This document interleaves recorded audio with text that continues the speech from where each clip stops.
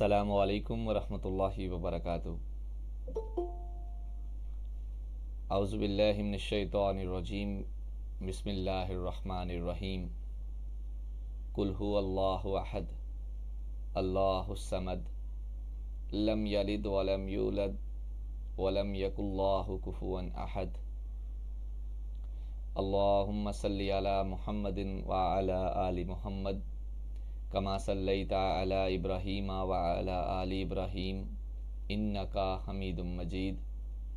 अल्लाहुम्मा बारिक अला मुहम्मदिन व अला आलि मुहम्मद कमा बारकता अला इब्राहीम व अला आलि इब्राहीम इन्नका हमीदुम मजीद। रब्बि शरह ली सदरी व यस्सिर ली अमरी वहलुल उक़्दतम मिन लिसानी यफ़क़हू क़ौली। अल्लाहुम्मा इन्ना नसअलुका इल्मन नाफ़िअन व रिज़्क़न तय्यिबन व अमलन मुतक़ब्बला। ऐ खालिक़े कायनात,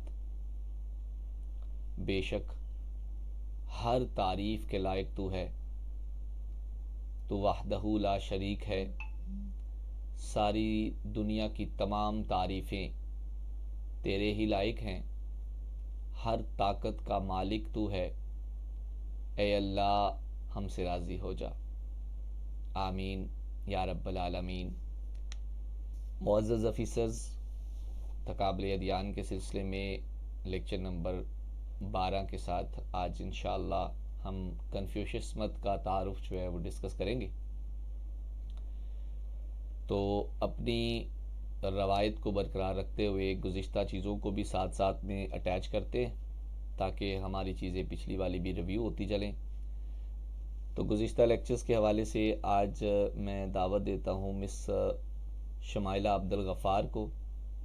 शमाइला बिटिया, अपना माइक ऑन करें और सवालात के जवाबात दें। ये गुज़िश्ता क्लासेस से रेलेवेंट क्वेश्चंस होंगे। पहला सवाल है बेटे आपसे, ये बताएं कि पंज शेल से क्या मुराद है? पांच शेल से मुराद पांच असूल जो अखलाकी तरबियत के लिए होते हैं। पंज शेल से मुराद पांच अखलाकी तरबियत के असूल जो जैन मत में अपनाए जाते हैं। बिल्कुल दुरुस्त है जी। अच्छा बेटा, ये बताएं कि बख्शू और साधु कौन होते हैं? जो सर जी निर्वाण हासिल करते हैं, इनके लिए ये इस्लाह बोली जाती है। नहीं, देखिए इसके लिए थोड़ा सा एलेबोरेट करेंगे ना इसको, तो हम ये तो नहीं कहेंगे कि ना निर्वाण हासिल करने वालों को ही तो बख्शू कहते हैं। तो ये हाँ, ये कह सकते हैं कि निर्वाण के हसूल के लिए अपने आप को जो वक़फ़ कर देते हैं ना, चाहे उनको मिलता है या नहीं मिलता निर्वाण, लेकिन ऐसे लोग जिन्होंने दुनिया से किनारा कशी करने के बाद अपने जो उलमा हैं या अपने बानियान हैं उनकी बात पे पूरा जो है ना अमल किया हो और उसके बाद अपने आप की ज़िंदगी को वक़फ़ कर दिया हो निर्वाहन के हसूल के लिए, तो उनको बख्शू कहते हैं। अच्छा जी, बख्शू बुद्धिज़्म के हवाले से और साधु जो है वो जैन मत के हवाले से। ठीक है। अच्छा बेटे, ये बताएं कि जैनियों के मुताबिक हर दौर में कितने मसले आते हैं?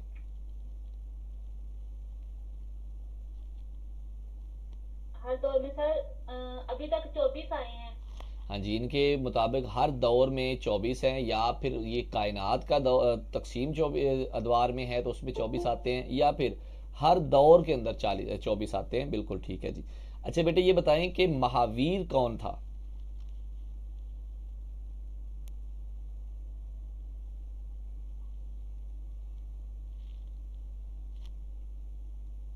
जी शमाइला, महावीर कौन था बेटे? सर जी आवाज की समझ नहीं आई और स्क्रीन भी शो नहीं हो रही। सवाल है बेटे, महावीर कौन था? महावीर ये जैन मत का सर बानी था। ठीक है जी, जैन मत का बानी महावीर था। बिल्कुल दुरुस्त है जी। आखिरी सवाल बेटे आपसे, ये बताएं कि जैन मत में निर्वाण के लिए कौन सी इस्तेलाह इस्तेमाल की जाती है?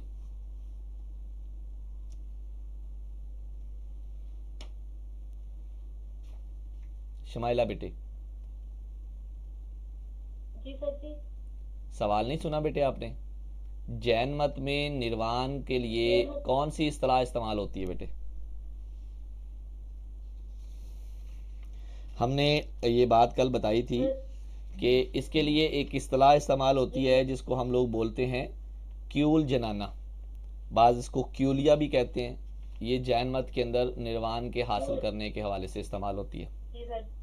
चलें, अच्छा जी, इसके बाद अगले सवालात के लिए हमारे साथ हैं हाफ़िज़ समीर साहब। अगले सवालात के लिए जवाब हमें हाफ़िज़ समीर साहब देंगे। जी समीर, अपना माइक ऑन कीजिएगा प्लीज़। पहला सवाल आपसे ये है कि ये बताएं कि महावीर ने कितने अरसे तक के लिए अपनी तालीमात जो हैं वो उनकी तबलीग की थी? तकरीबन 30 वर्ष। हाँ, वेरी गुड। 42 साल की उम्र में निर्वाण होता है, तकरीबन 72 साल की उम्र में आपकी वफ़ात है। बिल्कुल दुरुस्त है जी। अच्छा हाफ़िज़ समीर साहब, ये बताएं कि जैन मत के अंदर जो पहला मुस्लह था जिसने जो इस्लाह करने के लिए आया है, ये जीनी रवायात के मुताबिक उसका नाम क्या लिया जाता है?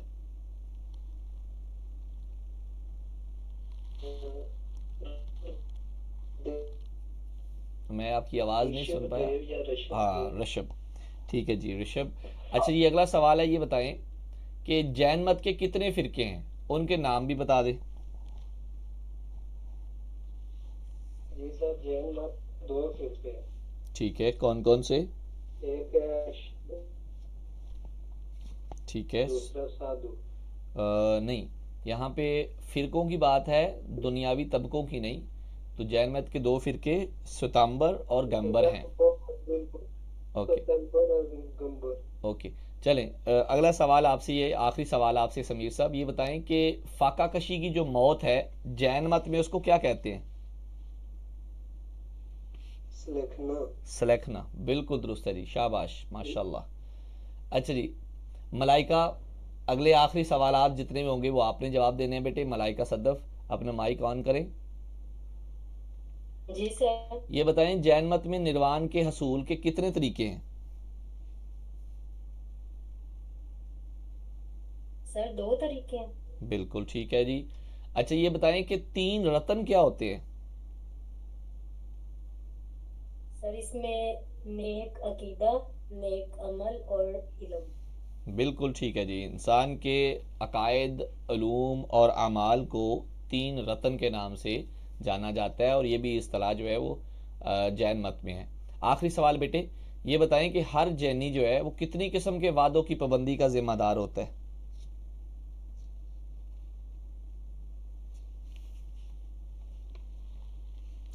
हमने कल ये बात की थी ना कि जब कोई भी शख्स जो है वो जैनी बन जाता है तो उसके लिए हलफ होता है, ख़ास तौर पे उसमें अहिंसा और हिंसा के बारे में हमने डिस्कस किया था ना।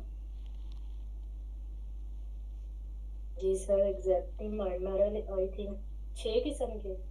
आप उसको बेसिक भी डिवाइड भी कर सकते हैं ना, मतलब आप इसमें सिर्फ एक नुक्ता भी रख सकते हैं, और वो क्या भला, कि भी किसी भी ज़ीरो को तकलीफ़ नहीं पहुंचाऊंगा, ये वादा है उसका, ना खुद पहुंचाएगा और ना किसी और को पहुंचाने के लिए इजाज़त देगा। ठीक है, चलें जी, आपका बहुत शुक्रिया। आज हमारे पास जो मज़हब है, असल में ये मज़हब कम और सियासी एक नज़रिया जो है वो ज़्यादा है। तो आज का जो हमारा मौजू है वो कन्फ्यूशियस मत है। तो कन्फ्यूशसिज्म के हवाले से आज के जो मौज़ूआत होंगे उसमें कन्फ्यूशस की जो है वो अपनी लाइफ स्टाइल होगा, उसका तारुफ होगा पूरा, और उसके नज़रियात का तारुफ होगा। इसके साथ साथ फिर इनकी जो किताबें हैं उनका भी तज़किरा होगा, और साथ में फिर हम अपनी रवायात को बरकरार रखते हुए करेंगे, क्या कहते हैं इसको, तकाबले दियान के पास पेपर्स, फिर साथ में जनरल उलूम, किताबनामा, दुनिया का एक चक्कर लगाने के हवाले से एक हमने मुल्क का इंतखाब करना होता है, उसके बाद फिर एक टेस्ट, और फिर आखिर में मौज़ूआती नशिस्त होगी इंशाअल्लाह। तो चलें जी, शुरू करते हैं। बिस्मिल्लाहिर्रहमानिर्रहीम। अब जब दुनिया के 196 ममालक का तज़किरा होता है ना, तो उनमें आबादी के लिहाज से जो सबसे बड़ा मुल्क हमारे सामने आता है उसको चीन कहते हैं। चाइना, पाकिस्तान के शमाली हमसाये का नाम है चाइना, चीन। तो चीन का शुमार दुनिया के कदीम तरीन ममालिक में होता है, और ये कदीम हिकमत का, दानिश का मरकज़ भी रहा है। रसूलुल्लाह सल्लल्लाहु अलैहि वसल्लम का एक फ़रमान है, इमाम गज़ाली ने अपनी किताब अहयाल उलूम के अंदर इसको नकल किया है, लेकिन ये जो कौल है इसके बारे में बाद में बहस भी चली है कि ये हदीस नहीं है, यानी कि रसूलुल्लाह सल्लल्लाहु अलैहि वसल्लम का फ़रमान नहीं है। उतलिबुल इल्मी वलौ काना बिस्सीन, यानी इल्म हासिल करो खा तुम्हें चीन जाना पड़े। अब ये किताब है डॉक्टर जाकिर नाइक साहब के जो खुतबात हैं दुनिया के बड़े मज़ाहब हकीकत के आईने में, इसके अंदर इस मशहूर कौल का भी जिक्र किया, लेकिन यहाँ पे उन्होंने इमाम गज़ाली से अहयाउल उलूम की निस्बत से ये बताया कि उन्होंने इस किताब के अंदर किताबुल इल्म है तो उसमें ये हदीस नकल की है रसूलुल्लाह सल्लल्लाहु अलैहि वसल्लम के फ़रमान के तौर पे। लेकिन मैं ये बता रहा हूँ कि ज़्यादातर जो अभी तहकीक जदीद तहकीक है उसके मुताबिक कहा जाता है कि ये हदीस नहीं है, कौल हो सकता है किसी का, लेकिन रसूलुल्लाह सल्लल्लाहु अलैहि वसल्लम के अल्फाज नहीं है। बहरहाल जी जिक्र करते हैं आज के हवाले से। तो चीन का जो तज़किरा होता है ना जब भी, तो चीन में बहुत सारे जो मज़ाहब हैं वो मौजूद हैं। मैंने गुज़िश्ता तारुफ़ में, चाइना के तारुफ़ में ये भी बताया था कि इसका कोई ऑफिशियल रिलीजन नहीं है। हाँ, अलबत्ता ये ज़रूर है कि इसके अंदर चंद आबादी के लिहाज से लोगों ने अपने अपने मज़ाहब को प्रमोट किया है। तो ऑफिशियली तो ये सेकुलर हैं, इसलिए इनको किसी मज़हब के साथ कोई लेन देन नहीं है। लेकिन यहाँ पे कुछ मज़ाहब भरपूर तरीके से काम करते हैं, जैसे बुद्धिज़्म है और ताओइज़्म है। तो ये इनके बेसिक जो है ना वो उलूम है। लेकिन अगर कदीम उलूम का तज़किरा करें, कदीम मज़ाहब का तज़किरा करें, तो बुद्ध मत के साथ साथ कन्फ्यूशियस मत का नाम भी आता है। तीनों मज़ाहब जो हैं, जैसे बुद्धिज़्म है, कन्फ्यूशियसिज़म है या ताओइज़्म है, इनको यहाँ पे मकबूलियत हासिल रही। लेकिन जो कन्फ्यूशियसिज़म है ना, इसके हवाले से हम आज डिस्कस करेंगे। तो इनका जो ये जो नाम है ना कन्फ्यूशियसिज़म, ये कहा जाता है कि ये जो ईसाई मिशनरी है ना उन्होंने ये नाम दिया, वरना अहले चीन जो है वो इसको जोशिया कहते थे। जोशिया जिसका मानी होता है उलमा की तंजीम, यानी कि कन्फ्यूशियस मत, कन्फ्यूशियसिज़म, कन्फ्यूशियस की बेस पे उसको उसके पैरोकारों को जो नाम दिया ना वो ईसाइयों ने दिया है, वरना चीन के जो लोग हैं वो इसको जोशिया कहते थे। अच्छा, ये जो कन्फ्यूशियस है ना, ये मशरक़ बईद का कदीम तरीन जो है ना मज़हब भी माना जाता है। लेकिन हकीकी मानों में अगर देखा जाए तो कन्फ्यूशियस मत कोई मशहूर मज़हब नहीं है, क्योंकि कन्फ्यूशियस ने ना तो इल्हाम का दावा किया है, ना ही इस मज़हब के अंदर खुदा का जिक्र है, वही का जिक्र है, इल्हाम है, जन्नत और जहन्नम है। कुछ भी ऐसे मामलात जो हैं वो यहाँ पे डिस्कस नहीं किए गए। तो हकीकतन एक सियासी नज़रिए के तौर पे ये समझा जा सकता है। यही वजह है कि सियासी दायरा में इसका जो वसी एक असर है वो मौजूद रहा है। लिहाजा माहरीन मज़हब जो है उनके हवाले से उनकी ये राय है कि कन्फ्यूशियस मज़हबी जो मुक्तदा तो नहीं था, अलबत्ता मुआशरती तौर पे, इज्तमाही तौर पे या फिर सियासी तौर पे इसको एक रिफार्मर के तौर पे या मुस्लिह के तौर पे जाना जा सकता है।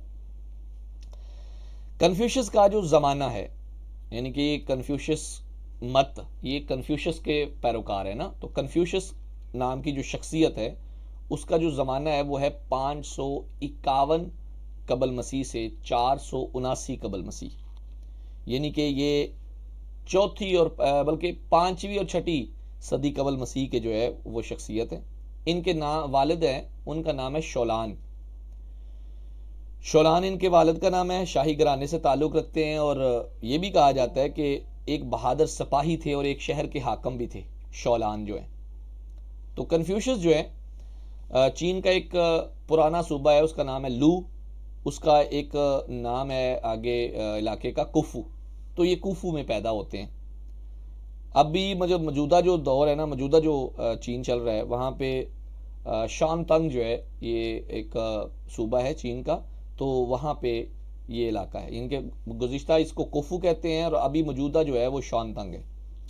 इनका ख़ानदानी नाम वो है कंग, KUNG, कंग।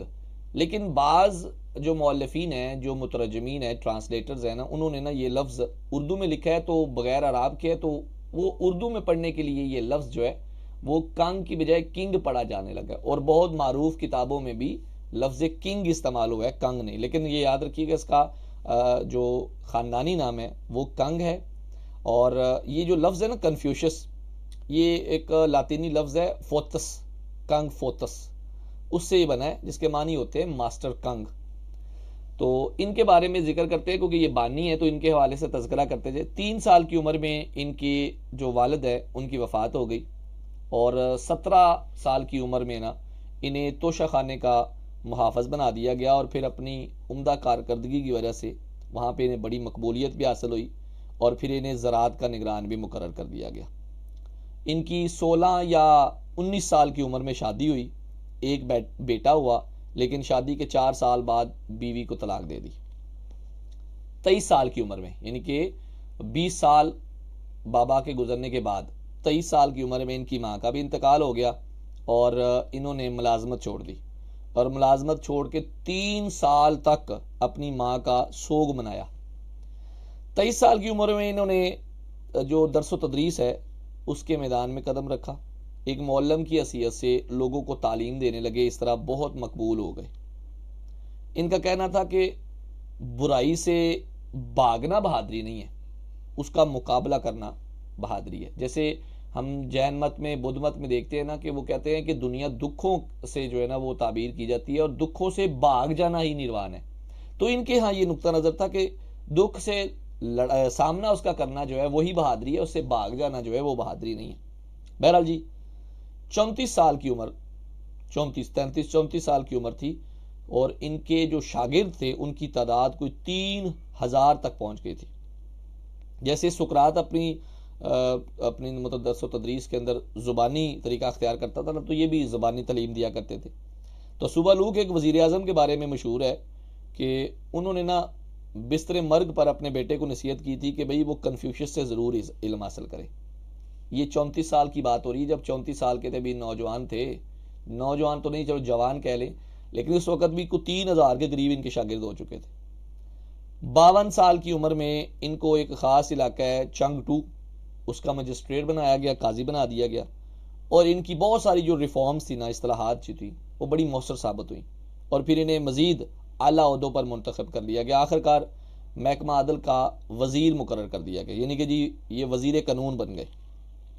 चुनाचे उन्होंने अपने जो लायक शागिर्द थे ना, उनकी मदद से अपने मौजूदा जो सूबा था, जैसे सूबा लू था, उसको, उसकी सल्तनत को एक काबिल रश्क या एक मिसाली रियासत जो है ना वो बना दिया।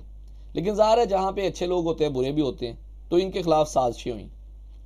तो किसी मतलब और मुल्क के बादशाह ने मौजूदा दौर के इनके जो सूबा लू था उसके हुक्मरान को खतूत लिखे और साथ में सिफारिश भी की कि भाई कन्फ्यूशियस को माजूल कर दिया जाए, और उस बादशाह ने ऐसे ही किया।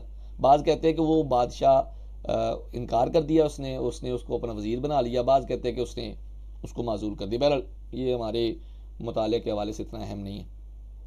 अच्छा जी, जब ये 52 साल से 60 साल की उम्र के दरमियान, कोई कह लें कि 60 साल के करीब उम्र थी, इनको माजूल किया गया ना, तो माजूली के बाद इन्होंने चीन के मुख्तलिफ इलाकों के ना सफ़र किए, कभी चीन के एक हिस्से में, कभी दूसरे हिस्से में। इसकी सिर्फ एक ही आरजू थी कन्फ्यूशियस की कि इसे कोई सल्तनत मिल जाए जहां वो अपने जो असूल है ना जो इसने बनाए हैं उसको उनका नफाज करे और वहाँ पे एक मिसाली रियासत जो है ना बना के अपने असूलों की सच्चाई जो है वो दूसरे लोगों के सामने साबित कर सके। लेकिन इनकी ये ख्वाहिश पूरी नहीं हो सकी। 485 कबल मसीह में वापस अपने इलाके लू में आ गए और बाज़ ने 479, बाज़ ने 481, बहरहाल यहीं पे रह के 73 साल की उम्र में इनका इंतकाल हो गया। अच्छा जी, इस सारी जिंदगी के दौरान इन्होंने किसी सूरत में भी ये नहीं कहा कि मैं रब हूं या रब का भेजा गया हूं, या फिर इन्होंने कोई इबादत का तरीका बताया हो, या इन्होंने कुछ ऐसा काम किया हो इल्हाम से या उलूहियत से, रबूबियत से इसका पूरा दूर दूर तक ताल्लुक नहीं था। हाँ, ताल्लुक था तो सिर्फ एक चीज़ से, और वो थी दरस व तदरीस। अब दरस व तदरीस के हवाले से इन्होंने सबसे ज़्यादा जो काविश की ना वो था रियासती असूल, तो इन्होंने इसके बारे में काम किया। बहरहाल 73 साल की उम्र में इनकी वफ़ात होती है। बड़े एहतराम के साथ इनको कुफू के एक मकबरे के अंदर जो है वो दफन कर दिया गया और आज भी वो एक कौमी ज़ियारतगाह के तौर पे मशहूर है। अच्छा, इसके ना मकबरे के ऊपर लिखा गया था बेहतरीन हकीम, कदीम तरीन मौल्लम, ये इसके जो है ना कुतबे के ऊपर लिखे गए थे कब्र के ऊपर। तो ये जो शख्सियत है, मैंने ये बताया कि इन्होंने क्या किया है कि पूरी ज़िंदगी के अंदर कहीं पे भी उलूहियत या रुबूबियत का तज़किरा नहीं किया। इसी निस्बत से लोगों ने कहा है कि ये मज़हब नहीं है, क्योंकि मज़हब के हवाले से उलूहियत का तसव्वुर होना ज़रूरी है, इल्हाम का तसव्वुर होना और ज़िंदगी के मकासद का जो जिक्र होना वो ज़रूरी है। बहरहाल इनकी स्टोरी में ऐसा नहीं है। अच्छा जी, अब हम डिस्कस करेंगे कि ये जो कन्फ्यूशियस हैं, इन्होंने अपने दौर के अंदर या अपने मतलब दौरे कह लें कि हुकूमत तो कह लें या नबूवत तो नहीं कह सकते, दौरे हुकूमत के दौरान इन्होंने ना कुछ किताबों के हवाले से काम किया, और इसी हवाले से वो किताबें इनकी मजहबी किताबें, मुकद्दस किताबें भी मानी जाती हैं जो इनके पैरोकार हैं। तो इनकी जो ये जो मज़हब है ना कन्फ्यूशियस मत, इनकी किताबें बहुत ज़्यादा हैं। तो इसी निस्बत से ना इनके मज़हब को मज़हब कुतब कहा जाता है, किताबों का मज़हब। तो इनकी तालीमात का जायज़ा लेने के लिए, जो कन्फ्यूशियस है, इनकी जो तालीमात देखने के लिए अगर हमें फाइनली देखना पड़े तो 5 ऐसी किताबें हैं जिनको पढ़ना इन्होंने लाजम करार दी है। अब वो 5 किताबें जो हैं, वो नाम है उनके, उनको हम 5 किंग कहते हैं। 5 किंग्स, 5 बादशाह, या फिर ये लफ्ज़ पढ़ा जाएगा 5 कंग, 5 कंग, जो उनका ख़ानदानी नाम है। बहरहाल ज़्यादा मशहूर इसको मैं किंग ही पढ़ूंगा, लेकिन आपने याद रखना है ये लफ्ज़ जो है ना वो KING वाला नहीं है, ये CHING वाला है, ठीक है। बहरहाल जी, इनकी 5 किंग्स के नाम से इनकी किताबें हैं, जिनमें पहली है शॉकिंग, शी किंग, लीची, बी किंग और चून चन। अब इनको मैं अगर दूसरी तरह पढ़ूं तो मैं ये पढ़ूंगा शू चिंग, शी चिंग, लीची, बी किंग, और बी किंग को बाद ने ये किंग भी कहा है, और उसके बाद चून चन। अब ये चूंकि लैंग्वेज उनकी अपनी है तो इस हवाले से बाज़ औक़ात हमारे अल्फाज जो है ना वो अदाई में गलत भी हो सकते हैं। अच्छा जी, इन 5 किताबों के अलावा भी जो है वो इनकी 2 और मारूफ किताबें हैं। कुछ को मतलब मजमूए को एनलेक्टस कहते हैं और कुछ को चोंग जोंग कहते हैं, ठीक है। इसके अलावा भी इल्म अज़ीम, नज़रिया एतदाल के नाम से बहुत सारी किताबें मशहूर हैं। तो इनके बारे में थोड़ा थोड़ा सा एक तारुफ ले लें। जैसे सबसे पहले बात करेंगे शॉकिंग की। शॉकिंग या शू शिंग, CHING, यार मैं खुद भी कंफ्यूज होऊंगा, आपको भी करूंगा। आप ऐसा करें, इसको किंग ही पढ़ लें, किंग ही समझ लें, बाकी बात जब आप इसका डिटेल मुताला करेंगे ना फिर आप देख लीजिएगा। अच्छा जी, शू किंग ये तारीखी किताब है जी। इसके अंदर तकरीबन 2500 कबल मसीह से लेके 6ठी सदी कबल मसीह तक, यानी कि जिस सदी के ये खुद हैं उस वक़्त तक तमाम जो है शाही ख़ानदान है ना, उनके हालात वाक़यात लिखे हैं, उनकी तकारीर भी इसके अंदर शामिल की गई है। कहते हैं तकरीबन कुछ 100 के करीब जो है ना वो तकरीरें थी उन बादशाहों की शॉकिंग के अंदर, लेकिन वो कम होती होती 58 रह गई हैं। शॉकिंग एक तारीखी किताब है। दूसरी किताब है, नाम है शी किंग, ये शायरी की किताब है। शॉकिंग तारीखी किताब है और ये शायरी की है। अब इस किताब के अंदर भी जो है वो है शायरी, लेकिन शायरी में क्या है, वही शाही ख़ानदान, उनके हालात को नज़म की सूरत में बयान किया गया। 1800 कबल मसीह से लेकर तकरीबन कोई अपने दौर तक के लिए कह सकते हैं कि इन्होंने मुख्तलिफ़ ख़ानदानों के जो हालात व वाक़यात थे उनको शायरी की सूरत में जमा किया था। पहले इसके अंदर कहते हैं 3000 नज़में थी, बाद में कन्फ्यूशियस ने उनके अंदर से 305 का इंतखाब किया और वही आगे चल रही हैं, शी किंग। तीसरी किताब है जी लीची। इस किताब को किताब रसूम कहते हैं। इसके अंदर आम तौर पे दुनियावी तौर तरीके जो है वो बयान किए गए, लेकिन ये भी फिर एक नुक्ता याद रखिएगा कि वो सारे जो तौर तरीके हैं वो बादशाहों के और उमराओं के अमाल हैं, मतलब आम जिंदगी के नहीं हैं। शाही जो रसूम है उनके हवाले से इसके अंदर तज़किरा मिलेगा। उसके बाद है जी किताब बी किंग। इसको बाज़ जो है वो किताब तग़य्युरात भी कहते हैं। और क्यों, वजह यह है कि बहुत सारे मुख्तलिफ हादसात और वाक़यात जो है वो इसके अंदर बयान किए गए हैं, और सबसे कदीम तरीन किताब जो है ना वो कन्फ्यूशियसिज्म के अंदर इसको माना जाता है। अच्छा, ये जो कन्फ्यूशियस खुद थे ना, वो इस किताब के कहते बड़े दिलदादा थे, और सबसे पुरानी किताब तो थी। कदीम मुसन्नफ़ की इस कदीम तसनीफ़ को इस हद तक वो अहमियत देते थे कि एक बार उन्होंने कहा कि अगर मेरी उम्र जो है वो मुझे इजाज़त देना तो मैं 50 बरस में सिर्फ इसी किताब का मुताला करूं। ये किताब जो है बी किंग के बारे में अल्फाज है कन्फ्यूशियस के, और ये किताब जो है मुख्तलिफ़ किस्म के तिलिस्माती नक्शों के हवाले से या इल्म जाफ़र के हवाले से मशहूर है। इसको बी किंग या ये किंग भी कहते हैं, और इसके अंदर जो मामलात हैं वो हादसात व वाक़यात हैं, लेकिन ये भी शाही निस्बत से हैं। अच्छा, ये मजहबी किताबें हैं और मैंने पहले भी बताया था कि हम जिस मज़हब के बारे में आज तज़किरा कर रहे हैं वो असल में ये जो इबादात के हवाले से मज़हब है वो नहीं है, ये एक सियासी मज़हब के हवाले से, एक शाही ख़ानदान की जो है ना वो रसूम के हवाले से। अच्छा जी, आखिरी किताब है उसके बाद चोन चिन। ये किताब जो है इसके अंदर भी वाक़यात ही हैं, बहार के ख़ज़ां के वाक़यात है। और ये किताब जो है वो आम तौर पे यही माना जाता है कि ये कन्फ्यूशस ने ख़ुद लिखी है, यानी कि ये जो तसनीफ़ है चोनचन, ये कन्फ्यूशस ने ख़ुद लिखी है। और बाज़ ये कहते हैं कि उनकी वफ़ात के बाद जो है उनकी सवाने नगारी लिखी थी, ये सवाने उमरी लिखी थी ज़ीमाची ने। कन्फ्यूशस का जो सबसे पहला सवाने नगार था ना, उसका नाम था ज़ीमाची। तो ज़ीमाची ने ये किताब लिखी थी। तो ज़्यादा लोग ये कहते हैं कि ये कन्फ्यूशस की अपनी लिखी हुई किताब है, और उसके बाद कुछ लोग ये भी कहते हैं कि ये उनके पहले जो सवाने निगार था उस बंदे ने उनकी उम्र के ऊपर लिखी थी। अच्छा जी, इनलेक्टिक्स, इसके अंदर आम फहम कहानियाँ हैं, तमसीलें हैं, जैसे ज़रबुल मिसल वगैरह है ना, इस तरह। तो ये कन्फ्यूशस के शागिर्दों ने लिखी है, और इसके अंदर कन्फ्यूशस के जो अकवाल हैं, जो उसकी मबाहिस है ना, वो मौजूद हैं। और इसके मुतालिया से जो कन्फ्यूशस की जो तालीमात है ना, उसको समझना आसान समझा जाता है। इसके अलावा जी चुंग जोंग है, ये असल में जो ऊपर आपने पढ़ी है ना किताब लीची, ये उसी का हिस्सा है। जैसे महाभारत में से भगवत गीता को अलग किया गया ना, ऐसे लीची का एक 28वां बाब है, और इसके अंदर कन्फ्यूशस के जो फ़लसफ़ाना अफकार है ना, उनकी बड़ी उम्दा तशरीह की गई है।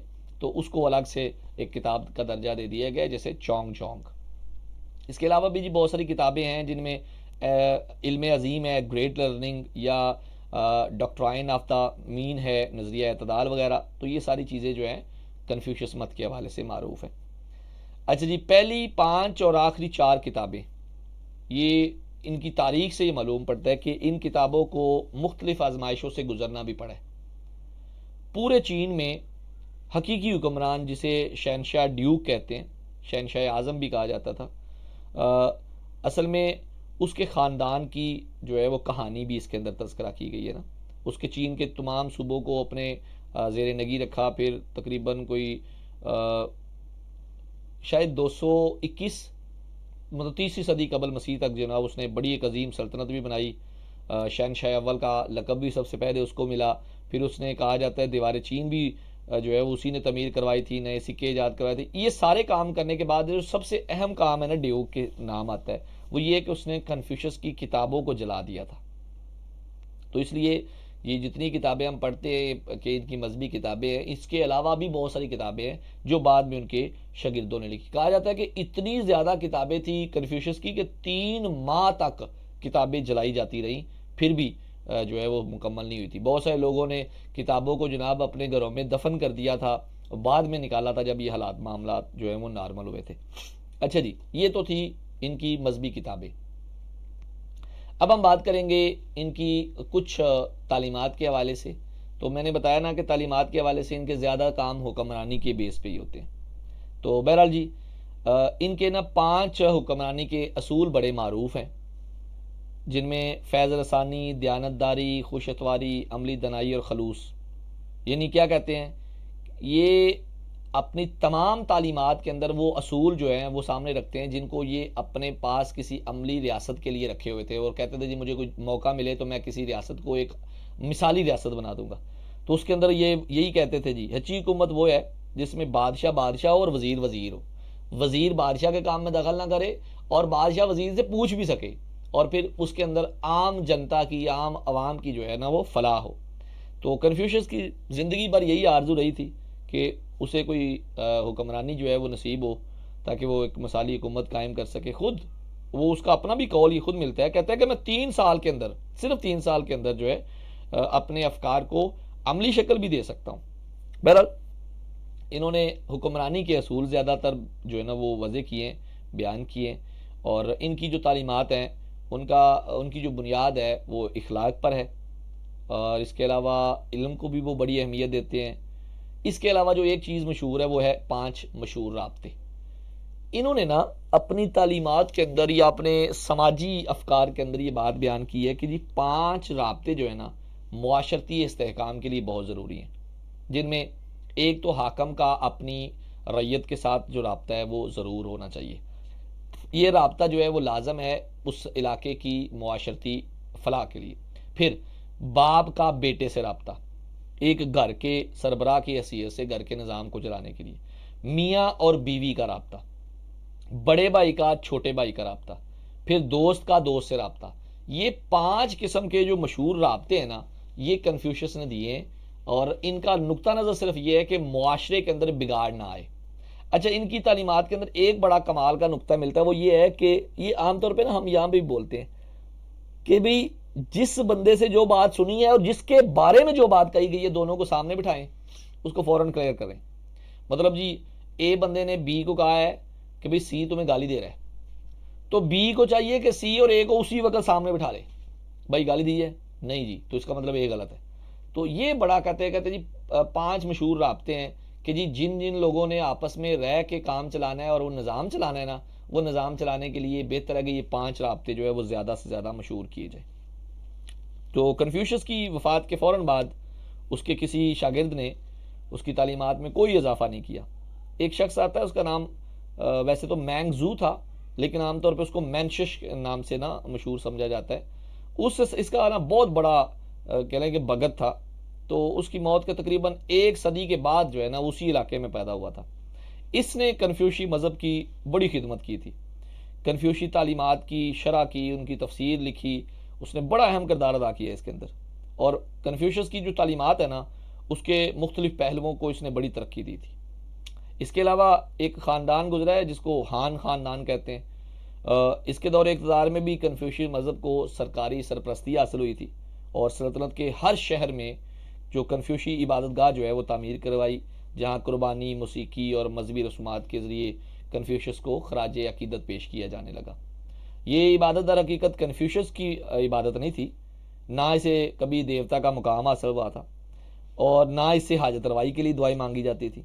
अलबत्ता हान ख़ानदान के आखिरी सालों में इसकी मूर्ति जो है वो कन्फ्यूशी इबादतगाहों की जीनत बना दी गई, और इसके कई 100 साल बाद इसके जो दरमियान में आते गए मानने वाले, तो उन्होंने इसकी जो मूर्तियाँ हैं वो भी कन्फ्यूशस के साथ जो है वो और मूर्तियों को भी शामिल कर दिया, और फिर उसके बाद उसकी बाकायदा तौर पे पूजा शुरू हो गई। 1912 के अंदर चीन का जो सरकारी मज़हब था वो कन्फ्यूशस मत था। उसके बाद आगे आगे जब मामला जो है वो ख़त्म होते गए। अच्छा जी, 27 अगस्त को कन्फ्यूशस का यौम पैदाइश है, और आम तौर पे चीन में इस दिन की तातील होती है, छुट्टी होती है। ये था जी हमारा आज का एक छोटा सा मुख्तसर सा मज़हब कन्फ्यूशसिज्म। तो कन्फ्यूशसिज्म के हवाले से आपको 2 बातें याद रखनी है, एक इसका ज़ाती तारुफ, और दूसरी इसकी मजहबी किताबें। इसके अलावा इनके यहाँ ना कोई इबादत का तरीका, ना इसके जो है वो रसूमात हैं, ना इनके त्यौहार हैं, इनको याद करने की ज़रूरत नहीं है। तो चले जी मूव करते हैं नेक्स्ट, और नेक्स्ट हमारे पास पास पेपर्स हैं। अच्छा जी, पास पेपर्स के हवाले से भी एक अहम ऐलान ये है कि तकाबले अदियान का जो पास पेपर्स में सवालात आ चुके हैं, जहाँ तक मुझे नज़र आए हैं, मैंने उनको गुज़िश्ता क्लासेस में शामिल कर दिया है। अब वो ज़ाहिर सिलसिला तो चलता रहेगा, तो इसलिए मैंने साथ में ना अपने पास से कुछ अहम सवालात शामिल किए जो अंबिया की निस्बत से या अदियान की निस्बत से हैं, और वो हम पढ़ते पढ़ते रिव्यू भी कर लेंगे जी। अच्छा जी, आज के 10 नुक्तों में पहला नुक्ता है, हिंदू मत की किताब है रामायण, हम डिस्कस कर चुके हैं। इसके अंदर कुल 24,000 अशार हैं जी। ये क्योंकि एक मंजूम किताब है, और इसके अंदर जो है वो नज़में हैं, सारी शायरी है, तो 24,000 अशार हैं रामायण में। अच्छा जी, एक हिंदू फ़लसफ़ा है सांख्या, उसके जो बानी है, फाउंडर है, उसका नाम महामनी कोपल है। ये हमने पीछे हिंदुइज़्म के मुताले के दौरान पढ़ा भी था। जी किंग कन्फ्यूशस मत की किताब है जी, जो भी अभी हम डिस्कस भी कर रहे थे, जिसके बारे में जिसको बी किंग भी कहते हैं, और कन्फ्यूशस खुद कहता था कि मुझे 50 साल भी मिले ना तो मैं इस किताब को पढ़ने में गुजार दूँ। ज़रतश्त, इसको ज़ोरोतश्त भी कहते हैं, ज़ुरतश्त भी कहते हैं, और ज़रतश्त भी कहते हैं, और बाद इसको ज़ुर्दतश्त भी कहते हैं, ज़ुरदश्त। तो ये लफ्ज़ ज़्यादा मारूफ ज़रतश्त है, और इस लफ्ज़ के जो मानी है, मानी भी बहुत ज़्यादा है, लेकिन जो सबसे मारूफ मानी है, जो पेपर के हवाले से पॉइंट ऑफ व्यू से अहम है, वो है बड़ा पादरी, अजीम आलिम। नेक्स्ट है जी गाथा। ज़रतश्त मज़हब के अंदर 2 किताबें हैं, असल में किताबें हैं जिंद अविस्ता, उसको हम जिंद भी पढ़ते हैं, जिंद अविस्ता, तो अविस्ता के हिस्सों में एक किताब है गाथा, जो आजकल कह रहे हैं कि सिर्फ वही किताब मौजूद है। तो ये ज़रतुश्त मज़हब की किताब है और इसको कहा जाता है कि ये ज़रतुश्त ने खुद लिखी थी, गाथा। अच्छा जी, उसके बाद है ज़रतुश्त मज़हब के आखिरी मुसले का नाम सुशानत है, जो कि कायनात के इख्तिताम के करीब ज़ाहिर होगा। अच्छा जी, ज़रतुश्तिज़्म नेक्स्ट मेरे ख्याल में वही है, हम जब इसका तज़किरा करेंगे तो ये भी कहते हैं कि जी कायनात के ख़ात्मे के करीब एक रिफार्मर ज़रूर आएगा, जो काम मामलात जो है वो ख़त्म करेगा और दुनिया में भलाई लाएगा। अच्छा, इसके बाद मैं एक नुक्ता आपको बयान करता हूँ, ये पॉइंट हम डिस्कस कर लें। अच्छा, ये सिखों के जो 10 इंसानी गुरु थे ना, उसमें चौथा गुरु था गुरु रामदास। तो इसने अमृतसर के अंदर दरबार बनवाया था, जिसको आज दरबार साहब भी कहते हैं और चश्मा आबे हयात भी कहते हैं। गुरुद्वारा जो तलाई मंदिर है वो गुरु रामदास ने बनवाया था जी। अच्छा जी, चौथे गुरु के बाद जो है ये मरूसियत में बदला। अच्छा जी, ये ऐसा हुआ था कि गुरु नानक के बाद गुरु अंगद, और इस तरह जो पहले तीनों थे चारों थे ना लोग, ये एक दूसरे से रिश्ते में कुछ नहीं लगते थे। तो होता ये था कि हर गुरु जो है अपना किसी होशियार शागिर्द को उस इलाके का या अपने बाद का गुरु बना देता था, लेकिन गुरु रामदास की मौत के बाद जो है ये सिलसिला उनके बच्चों में आ गया, तो ये फिर मरूसियत में तब्दील हो गया था जी। अच्छा जी, हज़रत मूसा अलैहिस्सलाम जो है बनी इसराइल को मिस्र से लेके गए और फ़लस्तीन के लिए निकले थे ना, तो रास्ते में वादी तय और इस तरह मखसूस जगहों पे रहते हुए हज़रत मूसा अलैहिस्सलाम का इंतकाल हो गया था। लेकिन हज़रत मूसा के बाद हज़रत यूशा अलैहिस्सलाम की सरपरस्ती के अंदर यहूदी जो है ये फ़लस्तीन में दाखिल हुए थे, उससे पहले ये फ़लस्तीन में नहीं पहुँचे थे। ये थे जी आज के 10 नुक्ते। इसमें मैं एक छोटी सी बात बताना चाहता हूँ। तकाबले अदियान या मज़ाहब आलम का जब मुतालिया करते हैं ना, तो इसका गैर जानबदाराना अंदाज में जब मुतालिया करें ना, तो यकीन माने बहुत सारी चीज़ें मुश्तरक नज़र आएंगी। जैसे खुदा का तसव्वुर, ये जो तसव्वुर खुदा है ये तकरीबन हर मज़हब में है। हाँ, ये होता है कि खुदाई शख्सियत जो है वो किसी ने बुत को बनाया है, किसी ने किसी देवता को बना दिया है, किसी ने किसी मज़ाहरे कुदरत में से किसी चीज़ को बना दिया है, तो किसी ने ज़मीन को बना दिया, किसी ने पहाड़ को बना दिया। हमने अल्लाह को बनाया तो अल्लाह ही बरहक है। तो इसी तरह हर एक मज़हब के अंदर किताबों का भी एक सिलसिला है, फिर वहाँ पे रिफार्मर्स का, नबूवत का वो भी एक सिलसिला नज़र आता है, फिर क़यामत के बारे में जो तसव्वुरात हैं वो भी नज़र आते हैं। तो इसका मतलब है कि ये सारा कुछ हक तो है, रब है, रब ने इंसान बनाए हैं, उनकी फलाह के लिए अंबिया भेजे हैं, किताबें भेजी हैं, उसके बाद दुनिया में ज़िंदगी गुजारने के तौर तरीके दिए हैं, शरीयत दी है, फिर आखिर में दोबारा से जो मामलात शुरू हुए उसको ख़त्म करने के लिए आखिरत का एक निज़ाम है। हर मज़हब में ये बातें हैं, तो इसका मतलब ये चीज़ें तो हक हैं। अब हर मज़हब का बंदा अपने तौर पे उन नज़रियात को मानना शुरू हो गया।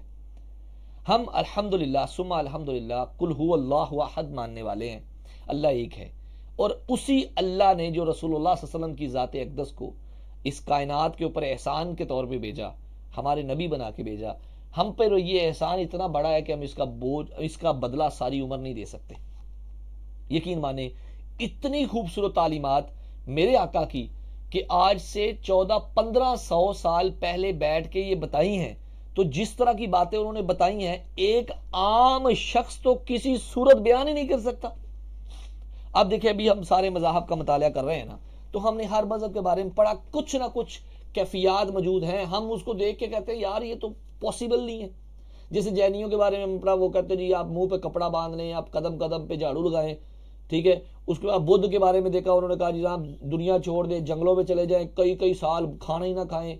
लेकिन मेरे नबी ने कितनी खूबसूरत शरीयत दी है कि दुनिया भी गुजारो अपने रब की अताअत में और आखिरत की भी तैयारी करो।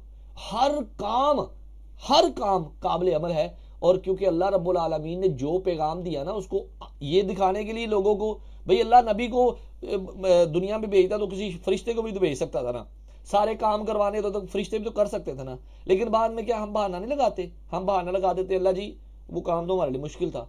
मेरे रब ने अपने महबूब तरीन पैगंबर को हमारी रहनुमाई के लिए भेजा, और इसलिए भी भेजा, ए नबी जाओ इनके सामने इंसानों के मामलात इंसान की सूरत में करके दिखाओ इनको कि अगर मैं कर सकता हूं तो तुम क्यों नहीं कर सकते। तो मेरे नबी ने एक अमली सूरत दी है, अल्हम्दुलिल्लाह, एक कामिल, एक खूबसूरत शरीयत जिसके ऊपर बाकायदा तौर पे अमल किया जा सकता है। अल्लाह हमसे राज़ी हो जा, अल्लाह अपनी खूबसूरत दीन के ऊपर सही मानों में अमल पैरा होने की तौफीक अता फरमा। आमीन आमीन आमीन। लो जी, मूव करते हैं नेक्स्ट जनरल नॉलेज के पोर्शन में। जनरल नॉलेज के पोर्शन में सबसे पहले कैपिटल सिटी है, और आज का कैपिटल सिटी हमारे पास आएगा, मुल्क है श्रीलंका, और उसका कैपिटल है Colombo. The capital city of Sri Lanka is Colombo. Antibiotic, जिसको हम पेनिसिलिन भी कहते हैं, तो ये डिस्कवर की गई थी अलेक्जेंडर फ्लेमिंग ने। ये जब भी कोई हमें खुदा न खास्ता कोई परेशानी बनती है ना दर्द वाले के हवाले से, तो हमें एंटीबायोटिक्स इस्तेमाल करते हैं। तो वो एंटीबायोटिक्स असल में पेनिसिलिन है ना, तो ये जो पेनिसिलिन है ये डिस्कवर की थी अलेक्जेंडर फ्लेमिंग ने। वेनस, ये प्लैनेट है प्लैनेटरी सिस्टम के अंदर, सोलर सिस्टम के अंदर 8 सियारों में से एक सियारा है, एक प्लैनेट है वेनस, और ये है is the nearest planet to the earth. जमीन का जो सबसे करीब तरीन सियारा है सोलर सिस्टम में, वो वेनस है।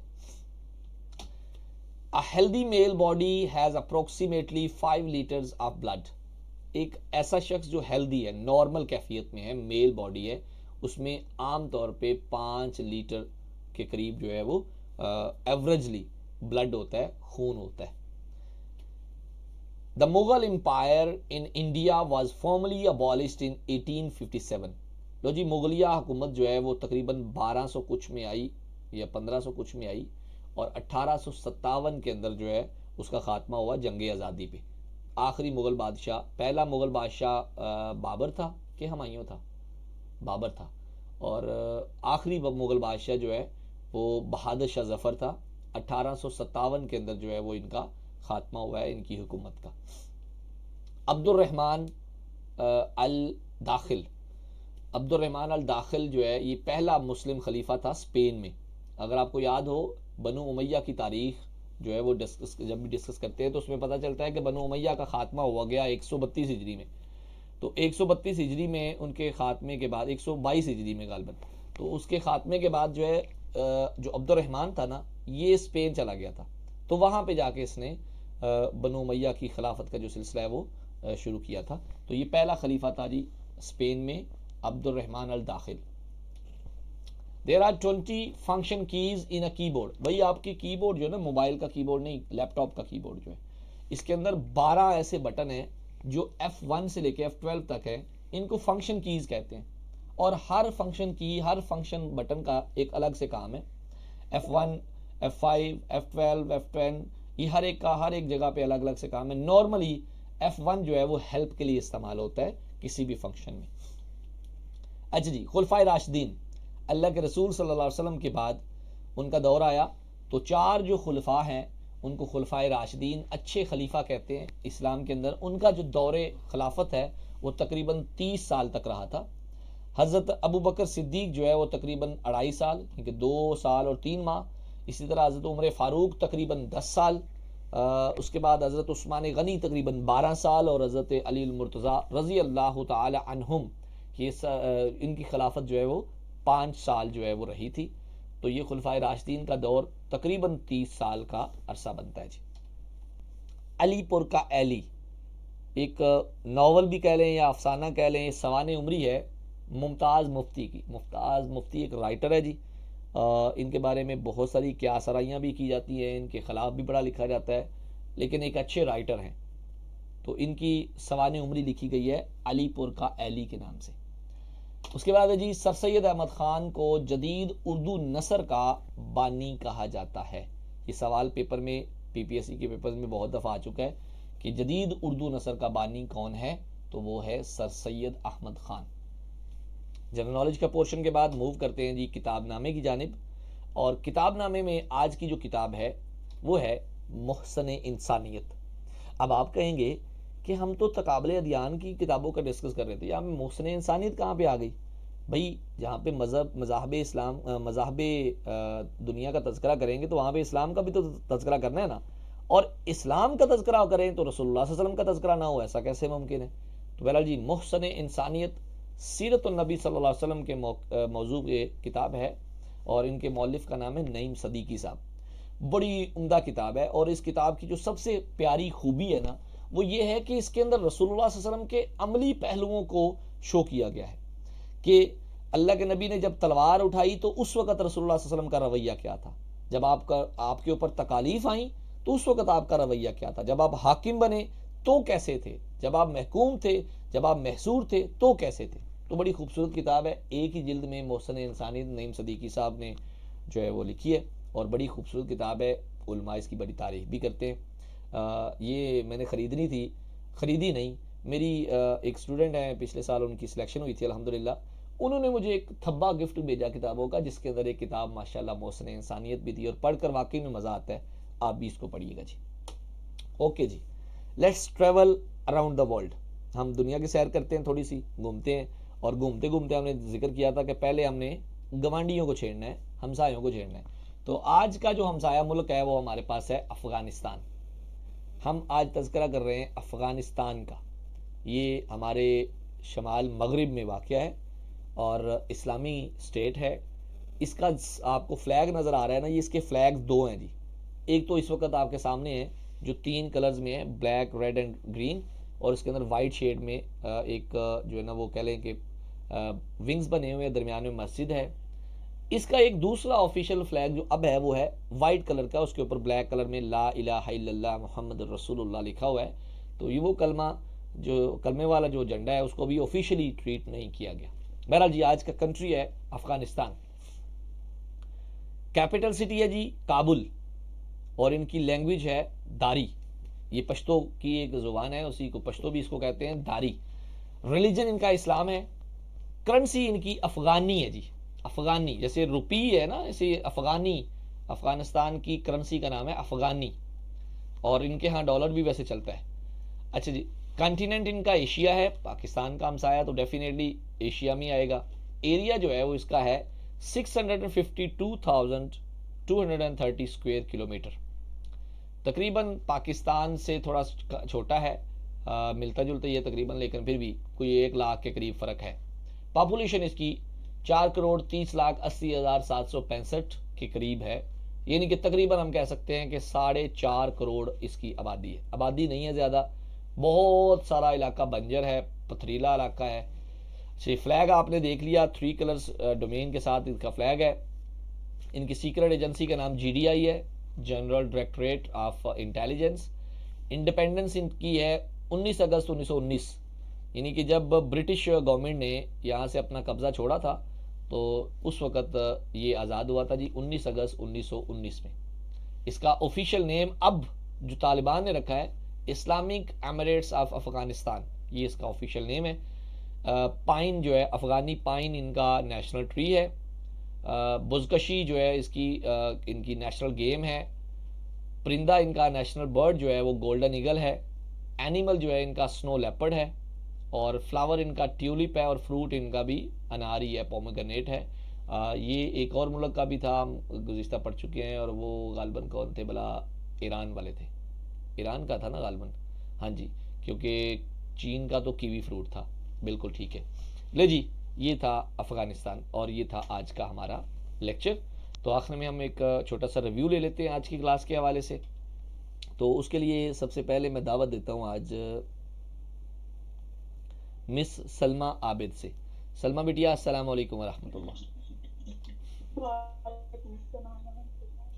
सलमा बेटे, ये बताएं कि कन्फ्यूशियनिज्म के जो बानी हैं उनका ख़ानदानी नाम क्या है?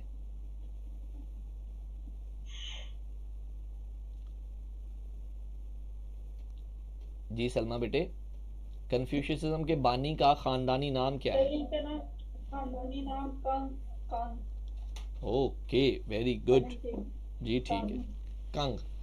अच्छा जी, ये बताएं बेटे कि कन्फ्यूशियनिज्म की जो मजहबी किताबें हैं वो कौन कौन सी हैं, कोई सी 2 नाम बता दें। सर इनकी ना ली चिंग है, शी चिंग है,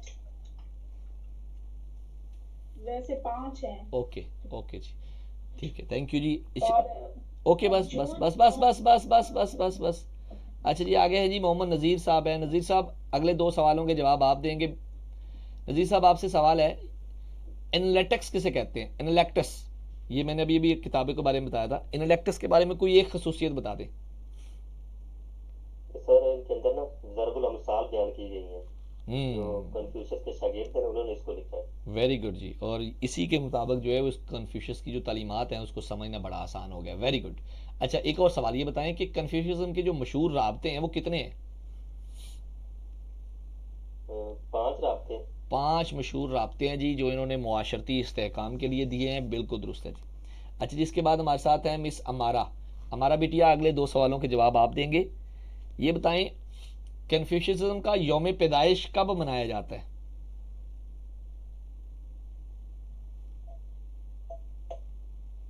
सर 27 अगस्त को। 27 ऑफ अगस्त, बिल्कुल ठीक है। अच्छा, ये बताएं बेटे कन्फ्यूशियस का जो सबसे पहले सवाने नगार था वो कौन था?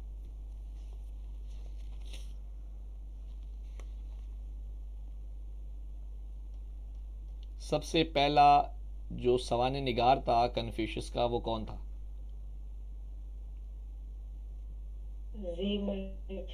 हाँ, जीमाची, बिल्कुल ऐसे ही है जी, जीमाची। चलें जी, इसके बाद है हमारे साथ रिजवान नियामत। ये कौन है? इकरा बेटी है। इकरा बेटी अस्सलाम वालेकुम, अपना माइक ऑन करें, आखिरी सवालात के जवाब आप देंगे। वालेकुम अस्सलाम। ये बताइएगा बेटे कि कन्फ्यूशियस मत की जो कदीम तरीन मजहबी किताब है वो कौन सी है?